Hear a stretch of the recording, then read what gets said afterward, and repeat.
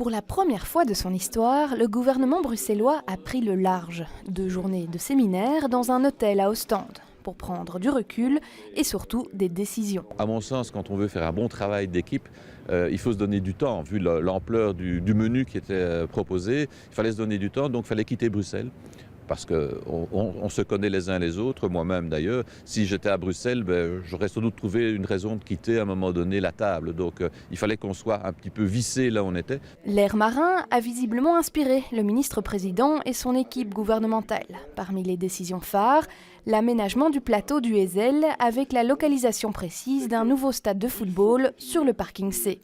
Autre décision prise, la création d'un musée d'art contemporain le long du canal. On ne pouvait plus attendre avant la prise de décision. On a fait le choix de donner ce signal avec des mesures concrètes. On n'est pas ici dans des élucubrations sur le futur, on est vraiment dans le concret pour l'avenir de cette région.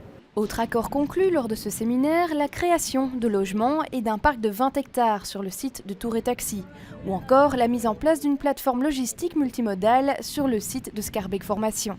Au total, 40 projets ont été approuvés. Chacun a pu venir avec ses priorités, pouvoir les expliquer à ses collègues, obtenir les feux verts et maintenant, dès lundi, on poursuit le travail. Pendant 2 jours à la côte belge, Rudy Vervoort et son équipe ont pris les décisions et les orientations pour le futur de Bruxelles.